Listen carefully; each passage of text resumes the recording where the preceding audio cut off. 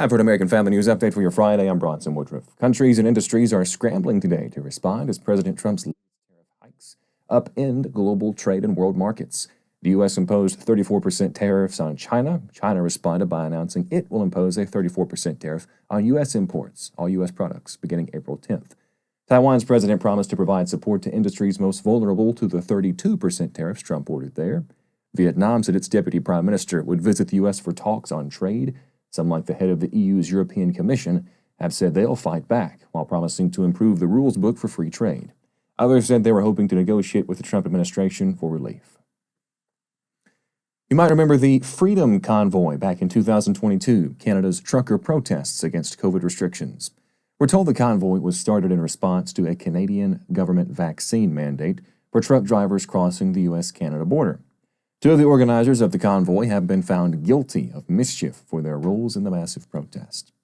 Tamara Lich and Chris Barber were key figures and organizers in it. Hundreds of vehicles and thousands of people were in downtown Ottawa for the protest and insisted they would stay until COVID public health mandates were gone.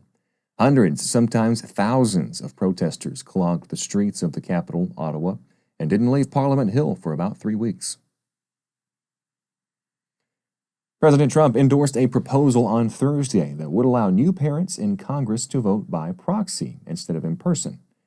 President Trump's position puts him at odds with House Speaker Mike Johnson. Johnson mounted an aggressive push to kill that effort this week, but that was stopped by nine of his own members, along with all Democrats. Though the president said he would defer to Johnson on the operations of the House, he also said that, quote, "I don't know why it's controversial."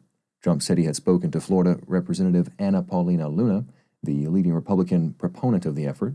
Trump told reporters on Thursday, quote, "You're having a baby. I think you should be able to call in and vote."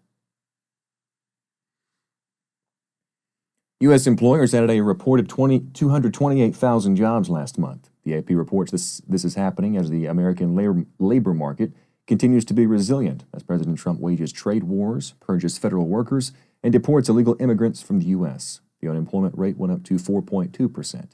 The hiring numbers were up from 117,000 in February and were nearly double the 130,000 that economists expected. Labor Department revisions shaved 48,000 jobs off of January and February payrolls. Severe weather, including thunderstorms and deadly tornadoes, have rocked many states over the week, and it looks like more is on the way soon. Please keep an eye on your local forecasts as we head into the weekend. That'll do it for this AFN News Update. More on the stories you just heard, as well as more news from a Christian perspective, can be found on our website, afn.net. That is afn.net. And if you haven't placed a saving faith in Jesus yet, we hope you'll consider that today. Jesus Christ is the way, the truth, and the life. The only way to the Father is through him. American Family Association has many resources to help you in your faith journey. You can find out more at afa.net. You can listen live at afr.net. And, of course, you can find out more news from a Christian perspective at afn.net. Thank you for watching. Have a great weekend. I'm Bronson Woodruff.